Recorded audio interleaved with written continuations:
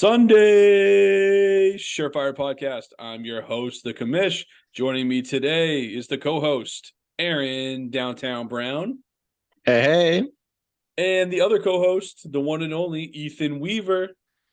Mish, how we doing? Doing pretty good, boys.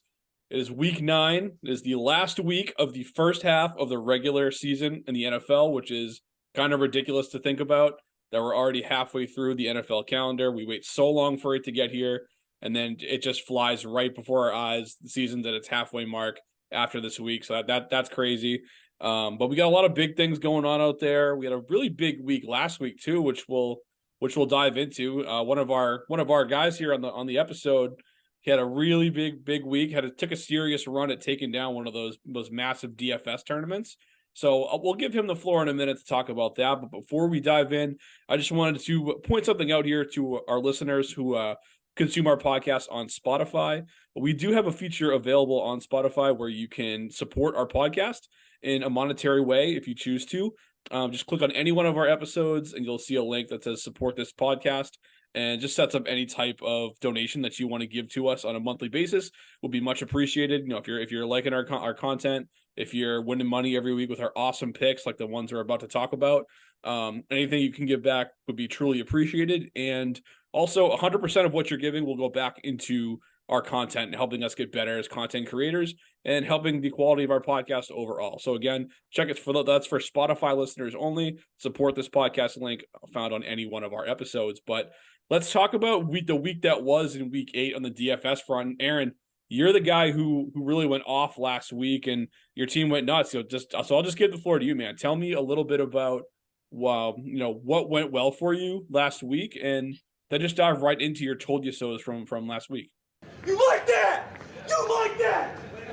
yeah, no, I'll tell you, I was as you guys know, I was sweating bullets. I was up there past the 200-point mark last week. I ended up scoring 218 points. So obviously the late 4 o'clock games was when that was coming down to crunch time. So had a lot of stuff going on, but definitely proud of last week. I'll go ahead and just kick off the told you so section here, and just kind of also just explain why my lineup ended up doing so well. I do want to start off with the Vikings defense. So I know we bring that up a lot when we're talking defenses, different strategies to do. It wasn't the highest defense of the week, but it did still score 10 points last week, which we always say if you can get 10 plus, definitely sets your lineup up right.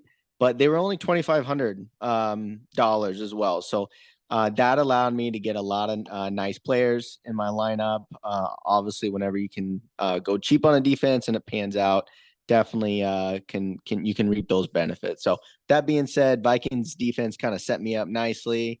Brock Purdy did end up throwing over 300 yards, gave you 24 points. Brandon Ayuk, another 18.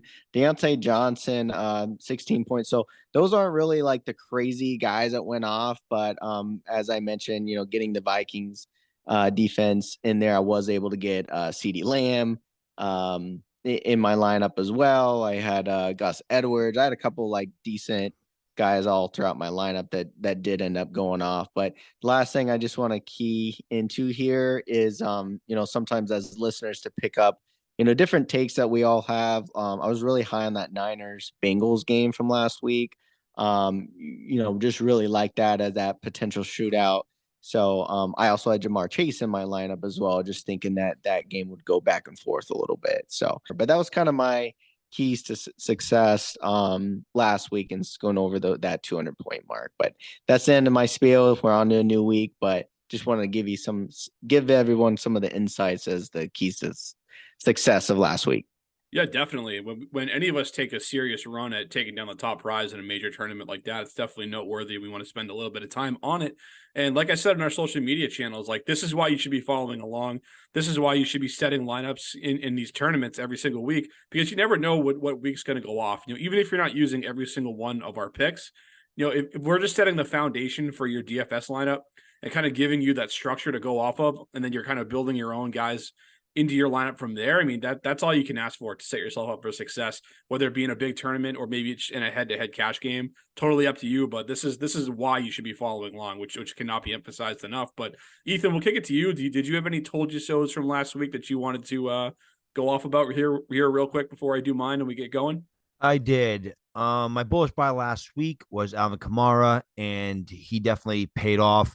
As I said last week, I thought he was one of the safest buys in DFS that week, and he scored 27 points, and he scored 2 touchdowns, 1 receiving, 1 rushing, and he was just a staple of that offense. So it was very nice to see my bullish buy go off last week. And then I'm just going to mention Deontay Johnson.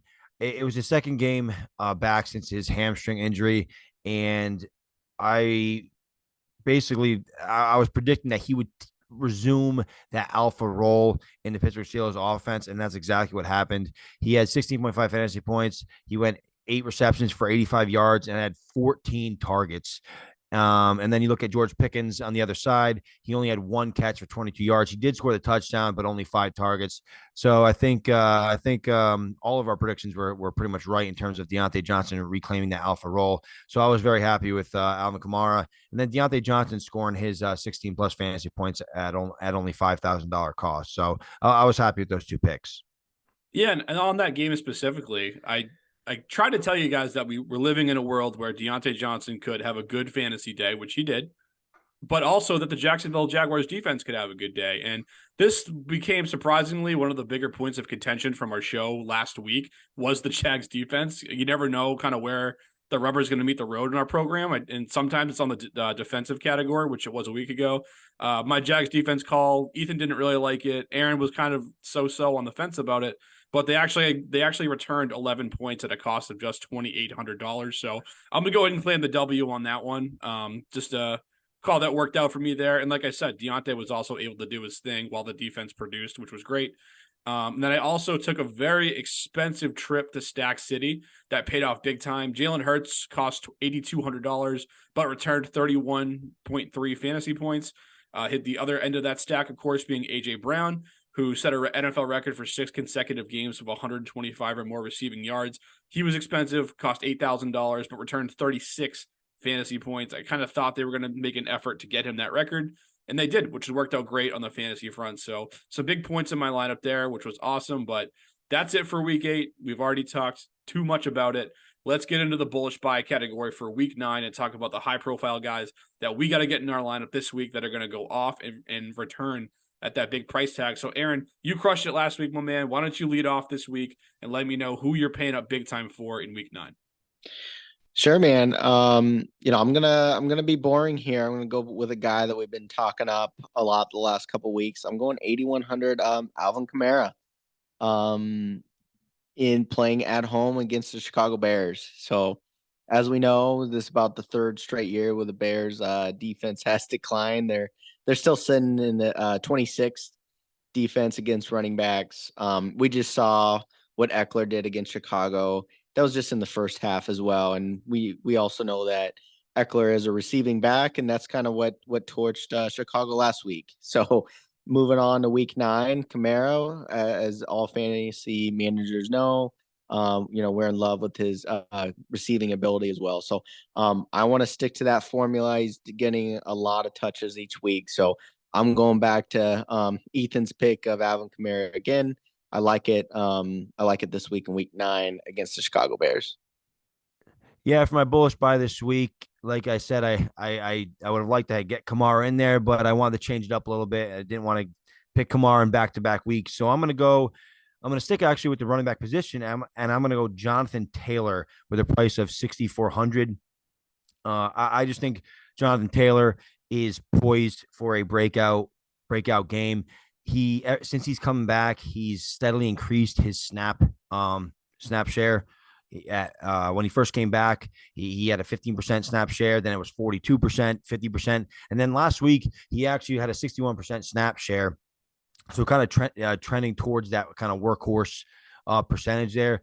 Zach Moss only played 39%, but obviously Moss got the touchdown, and he was still pretty involved. But I think Taylor has a big week this week. I think he separates himself even further from Moss. And Carolina has allowed the fourth highest yards per attempt for running backs, the seventh most yards, and the second most rushing touchdowns. So I think there's going to be a lot of opportunity for Jonathan Taylor this week, and I'm very happy to have him in my lineup. Yeah, JT's a guy this week that I know for a fact that all three of us were touched upon off the air here, that all three of us have him in their lineup, someone that we want to get in there. I think he's criminally undervalued right now at that price point. So he's a guy that I think we can all together stand on the table for at a price at $6,400. I mean, it's just incredibly cheap to get him in your lineup. So please do that in a good matchup. And he's taking back over that workload like we knew he would after a few weeks of getting his feet wet on the season. But that's also not who I was going to talk about. But I'm going to go to a guy who went off last week and has had some great games in the past. That's CeeDee Lamb playing against the Philadelphia Eagles for $8,200. So a big price point, but as we know with this guy, he's capable of putting up points in bunches when he gets it rolling. And last week was the definition of that, having 44 fantasy points in full PPR formats. And this week he gets a matchup with the 32nd ranked pass defense against opposing wide receivers from a fantasy scoring standpoint. The Philly secondary, he torched them in 2 games last season, going for a combined 15 for 188 and 2 scores. So, this guy, he's a big play waiting to happen every single week. He's getting it going a little bit here in recent weeks. Came out flying out of the bye a week ago, and I think he's going to continue that trend this week in a division game against the Eagles. So, I guess Aaron, we'll go to you, my man. What do you think about that? I like CD. I mean, I looked at this game really closely, trying to anticipate how that was going to go. I think Vegas is kind of thinking, both teams are probably going to score at least 2 touchdowns, and possibly a third or maybe 2 field goals. So, looking at that over under, and then just kind of the team scoring props. I think if you look at some of that of how even Vegas is thinking, I mean, there's going to at least be 4 touchdowns in the game. So on the Cowboys side, I like CD being involved with just how good the Philly run defense is too. Um, I do think he might not have that massive game that he did against the Rams, but he definitely could. I mean, there's high intentions on or a lot on the line in this game, so it could either be more close or it could just be a shootout. So I can see both scenarios happening in this game, but CD will definitely be involved in either case. So I do like the call. Yeah, we'll see what happens with Lamb this week. I'm pretty high on him. Kind of just getting it rolling here the second half of the season and kind of finishing closer to that mid-range WR1 group here, like we thought he would be coming into the season. But so that's all we're going to talk about here for the bullish buy category. Get the expensive guys out of the way early, like we always like to do around here, and then we kind of go to the cheaper guys on the defensive side of the ball here, Ethan. So I know you got it wrong last week on my Jags defense, so let's see if you can do a little bit better this week here. Who's your defense that you're rolling with in our 2 deep section? Yeah, I actually took a page out of Aaron Downtown Brown's playbook, and I went cheap this week. I'm going to stick with the New York Giants at 2,300. They're the cheapest defense on the week, and I just think the Giants have a decent amount of upside against the Vegas Raiders this week. They're starting Aiden O'Connell. They have the second highest blitz rate in the league, and I think they have a chance to get to Aiden O'Connell. The Las Vegas Raiders are kind of in disarray right now, so I think it's a good opportunity to kind of pounce on them. And the last 3 of 4 weeks, they've scored 12 points or more. So at $2,300, if they can get to 10, 11, 12 points, that's kind of what we're looking for. So I saw them at 2,300, and I figured, hey, I'll take the shot with the Giants, and I'll be able to beef up my lineup a little more in the positional players. And I'm hoping they have a big day against the reeling Las Vegas Raiders. Yeah, it's funny. Ethan, I had the Giants in my lineup multiple times. I know we were chatting before the show. I know we both spent quite a bit of time looking and researching the games this week. That, I too had an eye for that game.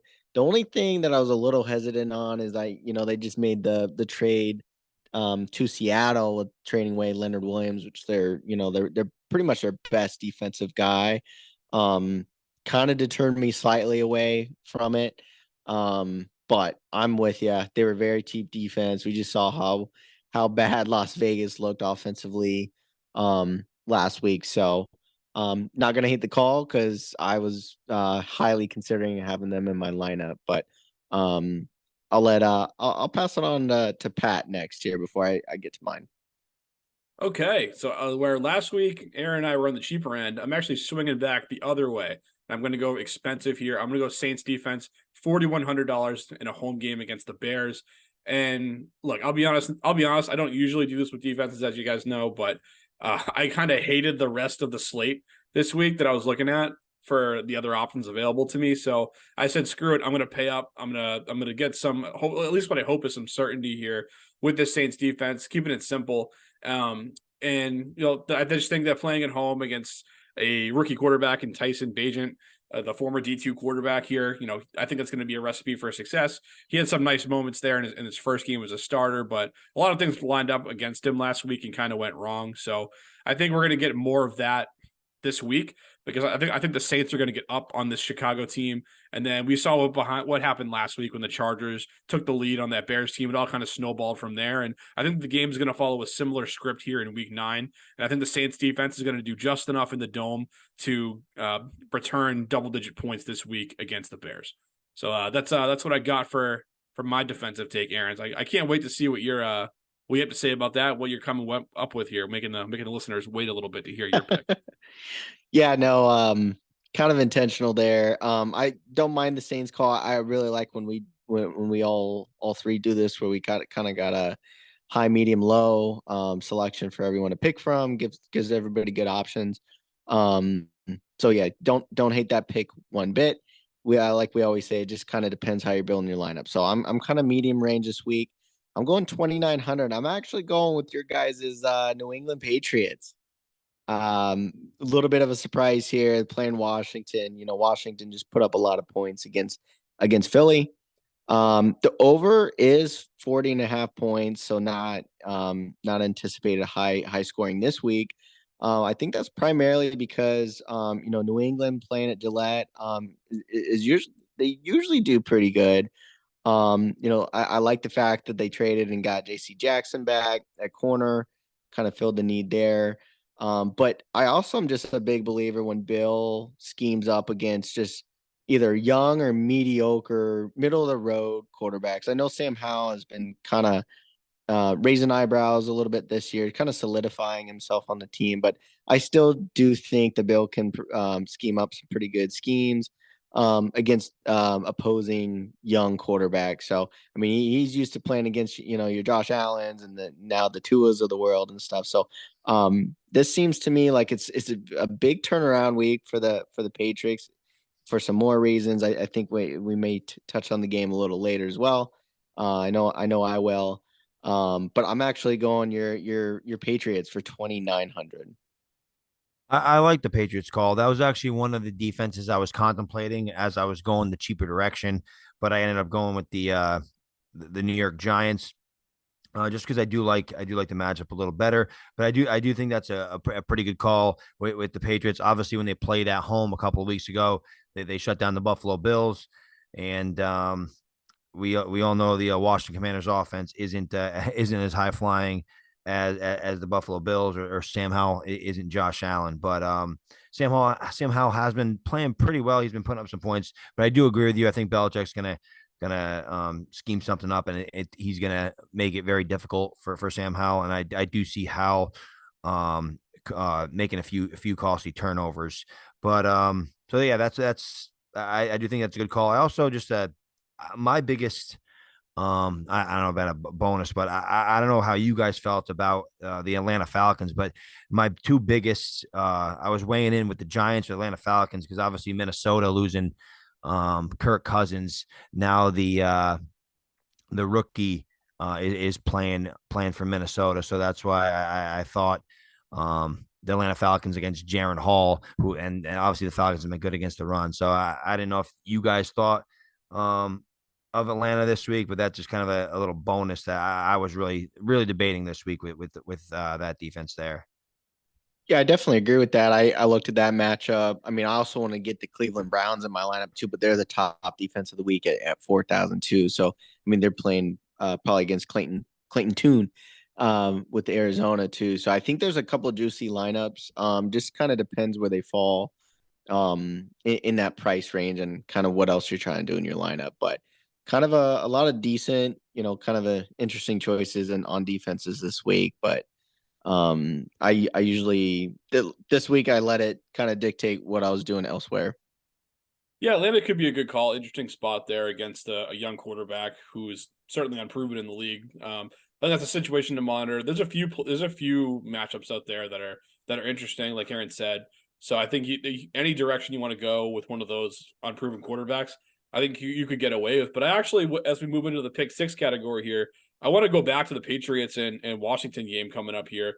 And the first guy I'm going to bring up tonight is a guy that Ethan touched on last week. I think he was just a week too early on Ramondre Stevenson. So I'm rolling with him here as my first one, $5,400. And look, they had a disappointing outing last week in Miami. We probably should have seen that coming because the Pats always struggle down in Miami. But I think this week's going to be a different story. And I think the Pats are going to be playing ahead in this game, maybe off the back of some of those turnovers that Ethan referenced from Sam Howell. But the worst case here is it's probably going to be a neutral game script. And on paper, the Commanders are top half of the team, top half of the league team against opposing running backs, ranking 13th in terms of fantasy points giving up to opposing running backs. But they were active at the trade deadline. They actually sold off two starters in Montez Sweat and Chase Young off their defensive line. So I think that number is a little bit inflated if you do like to look at what opposing defenses has given up to the position that you're playing. So I see an opportunity here for Ramondre to really have a breakout week here. As we know, he has a dual skill set where he can catch passes and run the ball. So I think this is a game that New England uses as an opportunity to kind of get their run game going and maybe some of those short screen passes to use as an extension of the run game on top of it. So I just think this is the week that Mondre finally comes around and gives us that productive week that we're looking for. And for just $5,400, I'm happy to pencil him into my lineup this week. I like that call a lot, Kamish. As you said, unfortunately, I was a week too early. I know Ramondre was starting to ramp up, then obviously had the goose egg last week. He didn't score zero, but he just didn't obviously live up to my expectations. But I think Ramondre does have a chance to have a pretty big week this week. And they're like the Patriots are at home, so I think he's going to get back on track. So I do like that call a lot. I'm actually going to stick in this same game for my first pick six candidate here. And I'm actually going to go Hunter Henry at $3,600. I think losing Kendrick Bourne last week is going to open up more targets for Hunter Henry. I think Hunter Henry's always been a favorite of Mac Jones. I think Mac Jones is going to have a lot of time to throw the ball with Montez Sweat and Chase Young exiting, as the commish said. So I just think there's a good opportunity for Hunter Henry, considering the Washington Commanders are not very good against the tight end position. They rank 27th in the league. Looking at the first 8 weeks of the Washington Commanders defense against the tight end position, they've allowed a lot of tight end one finishes. Week 1, tight end 12, week 5, tight end 9, week 6 against Atlanta. Actually, they had Pitts was tight end 3 and Geno Smith was tight end 4. And then week 7, tight end 2, which I believe was Darren Waller. So it can be a very fruitful defense for the tight end position. And I thought for the cheap price of $3,600, I thought there was a lot of upside with Hunter Henry, especially, like I said, with Kendrick Bourne going down. I think Henry is going to get more targets this week, which is why I was happy to put him in my lineup. All right. I'll comment on that because usually when we got some Patriots player, you guys want me to talk some sense into you guys, or maybe to the listeners. Hey, just remember you guys are the homers over here, the Patriot lovers. But there's actually going to be a plot twist this week where I also have Hunter Henry as well. So we're in agreement here. It's funny, we just called out 2 Patriots players running around, and I'm going to be one of them as well. So I'm big on Hunter Henry this week. When I looked at that Washington trade with no Chase Young, no Sweat as well, I think that's definitely going to give Mac Jones a little bit more time in the pocket, and I think Mac Jones is going to have a decent game. So, um, I think you're hitting Ramondre May as well. I zeroed in on that secondary because I mean, I mentioned the Bears a while back. Their run defense has not been great the last couple of years, but also it's been a trend the last 4 to 5 years has been Washington's secondary. So they're already 31st in the league, or they've been just pretty much 30 or 30 plus the last couple years years running. So their secondary already kind of sucks, and then you're also Washington getting rid of their pass rushers. So yeah, I love Hunter Henry. And then zeroing in on that Bourne injury going to IR. Henry's up there in targets, I think he tied him last week in targets with Bourne. So definitely think Mac Jones will be zeroing in to Hunter Henry. And it's funny. I guess it was strategic where I wanted to go last. Where this is going to be when I said plot twist, like it's really twisting here. Where it's funny. I'm actually going to take another trip to Stack City because I'm going Hunter Henry, Mac Don't Jones, say baby. it. Don't say it. No. I'm doing it. No. I'm doing it this week. I'm going Mac Jones at 4,900 quarterback. He's going to be my second pick six player. So. I'm really last week I zeroed in on that Niners Bengals, but I have an odd, I guess, magnet that just keeps, I kept going back to that New England game. So yeah, I actually think Mac Jones is going to have a decent game. I think Henry's going to have a really good game. So it's funny hearing this out loud, how Patriot heavy we are in the show, where usually I'm that relief, but not this week, guys. Wow, Aaron Downtown Brown of all people, Mr. Kansas City Chief himself is rolling with Mac Jones and Hunter Henry in his lineup this week. That's and the New England defense. I'm going 3 New England spots in my lineup this week. So it's either I do. We'll definitely see how that goes. That's dangerous.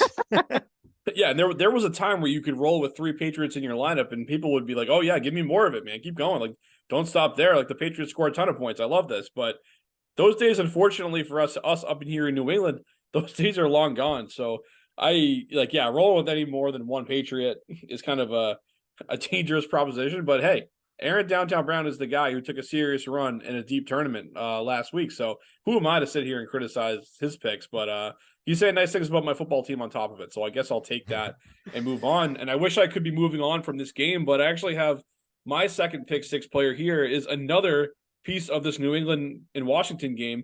This time it's on the other side of the ball, though. I'm going to Terry McLaurin for $5,600.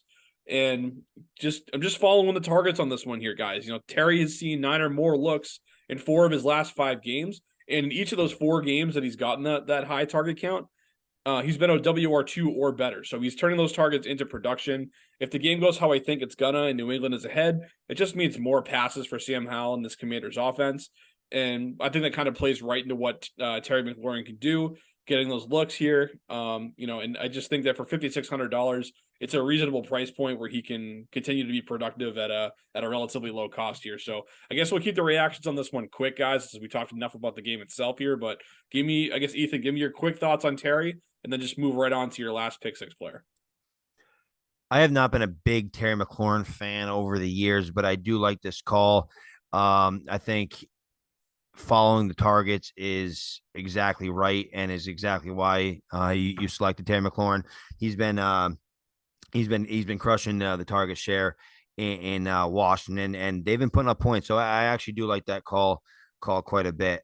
And that will bring me to my second pick six player, and I'm going to go to Tampa Bay at Houston, and I'm going Rachaad White at 5,600. And I just think Rachaad White in full point PPR has been just a pretty safe play over the last couple of weeks. He's been an RB1 the last 2 weeks. Week 7, he scored 15.9 points. Week 8, 17.9 points. And that's without scoring a touchdown. He only has 1 touchdown on the year thus far. And I think that changes this week. He's been absolutely murdering it in the receiving game. He had 7 for 70 last week, and the week before he had 6 for 65. So he's been obviously a huge staple in that receiving game, and I think that continues. That role is definitely not going away. And again, Rashad White played 82% of snaps, and he was RB10 this week. So, or was I say last week? So he's getting the snap share. Definitely getting the touches in the receiving game. I would like to see an uptick on the ground, but as I said, he's been rolling the last couple of weeks, and he hasn't sniffed the end zone. So I think, as I said, that changes, and I think Rashad White for 5,600 is a decent price to have a potential RB1 in your lineup.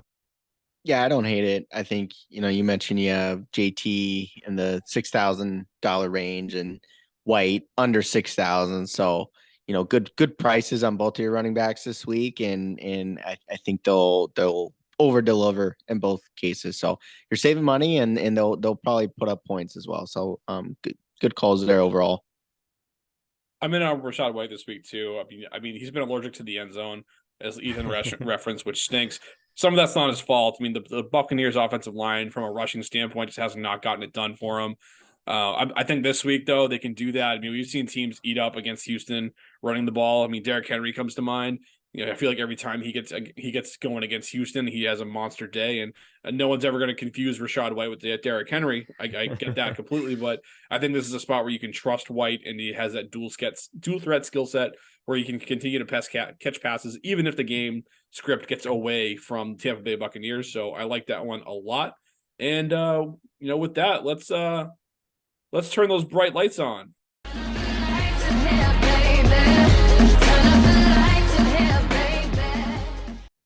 On this Thursday, we have the Tennessee Titans traveling to Pittsburgh to take on the Steelers. And we have Pittsburgh opening up as a -3 favorite.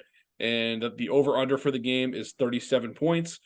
We had some uncertainty to start the week here on the injury front, especially at quarterback. But it looks like Kenny Pickett's going to be ready to go for Pittsburgh.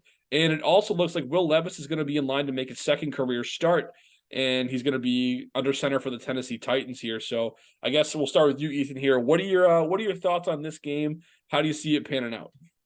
I think this is probably going to be a low-scoring affair. Thursday night football against two probably average to below average teams.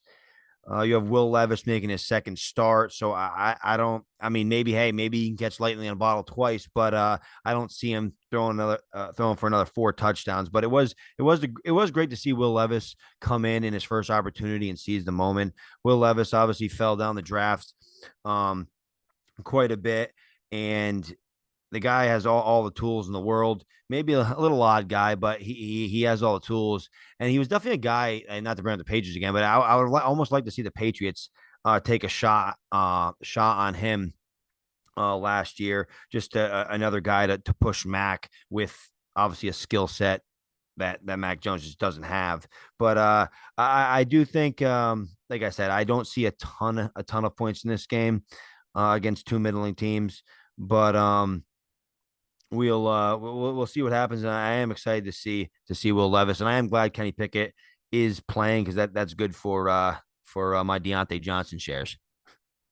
Yeah, I'll have to agree with that. I was happy to see Levis start off strong.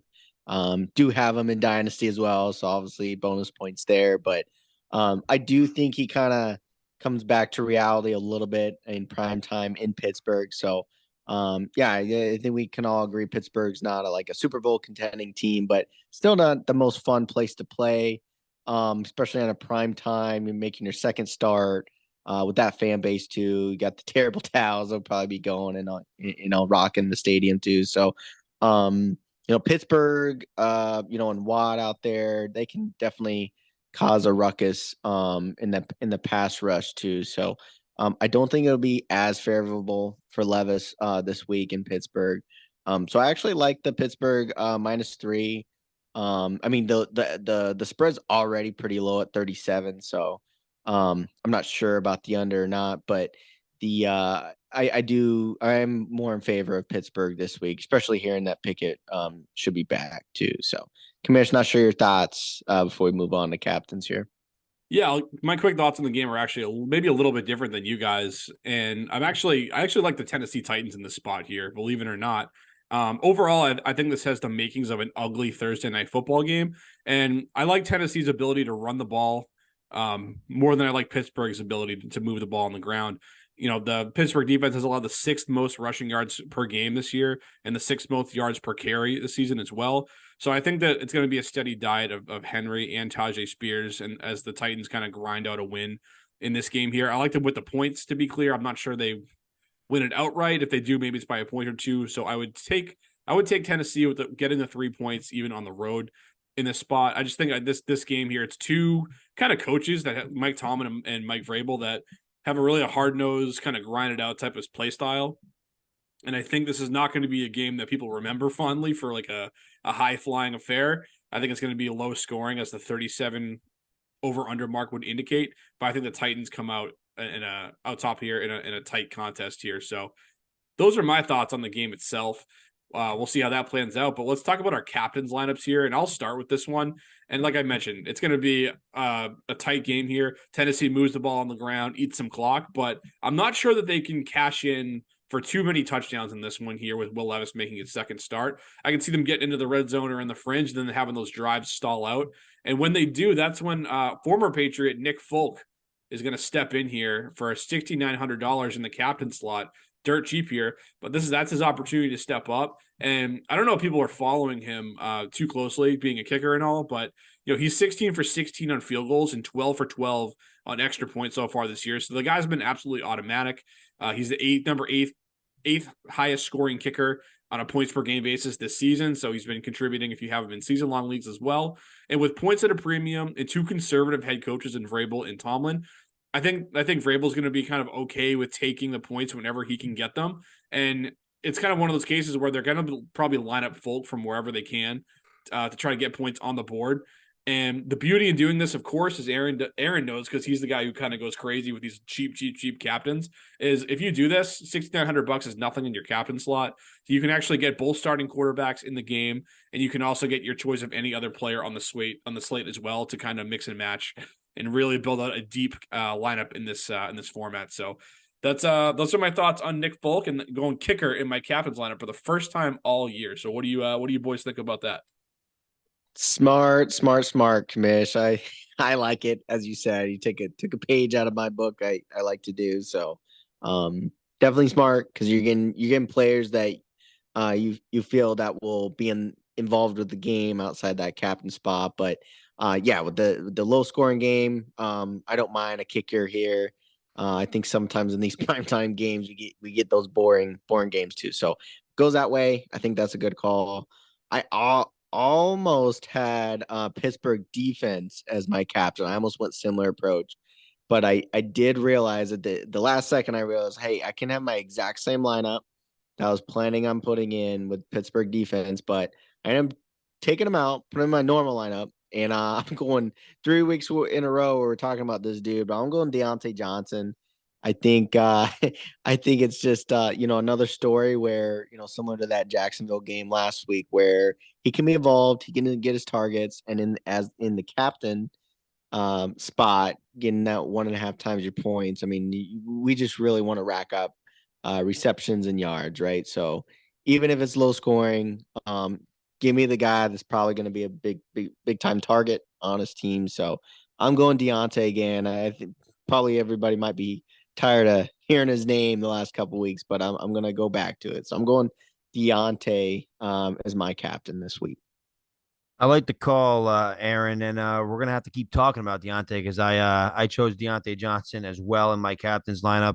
As I brought up earlier, he had 14 targets last week. Was the clear alpha target leader on this team, and Tennessee hasn't been very good against opposing wide receivers, but they have been really good stopping the run. So I do think Kenny Pickett and the Pittsburgh Steelers offense, they're going to have to turn to the pass game to move the ball. So I think Deontay Johnson, I think it's a similar. We see something similar as we did last week. I think he's going to get 10 plus targets, and I think he's going to make them count. Hopefully, he gets in the end zone. But I just thought Deontay Johnson was a very safe play, but also a play with some upside. So I love the call, Aaron. Yeah, it's good to bank on volume in these low scoring affairs. At least you can ideally get some receptions on there, even if Deontay can't find the end zone, which he hasn't in like forever, like going back to Never. 2021. Um, Right. which is kind of crazy, but that's due. That's due. We're due for a touchdown there with Deontay, boys. I think we can agree on that. He's in my lineup too, so I don't hate the call at all, and I think he's going to be off to another good game here. Kind of stinks just on an overall standpoint that he's playing on Thursday, where there's so many other guys questionable around the league. Kind of makes lineup decisions hard, but that's kind of a story for another day here. So I think that's enough enough talk on this kind of disgusting Thursday night matchup that the league saddled us with for Week 9, and let's close this out with some hot takes here. Who wants to go first here? Who wants to drop the keep the Mims line going here for this is why I'm hot. This is why I'm hot. This is why I'm hot. This is why I'm hot. All right. Yeah, I hope I make hope we make everyone proud here.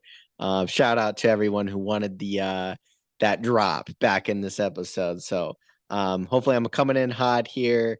Going back to the Patriots game. So I know we talked a lot of Patriots talk this week, but my hot take is I'm saying Hunter Henry gonna go 7 catches, 82 yards, and 2 touchdowns. So I'm gonna find that, make it a prop. Bold.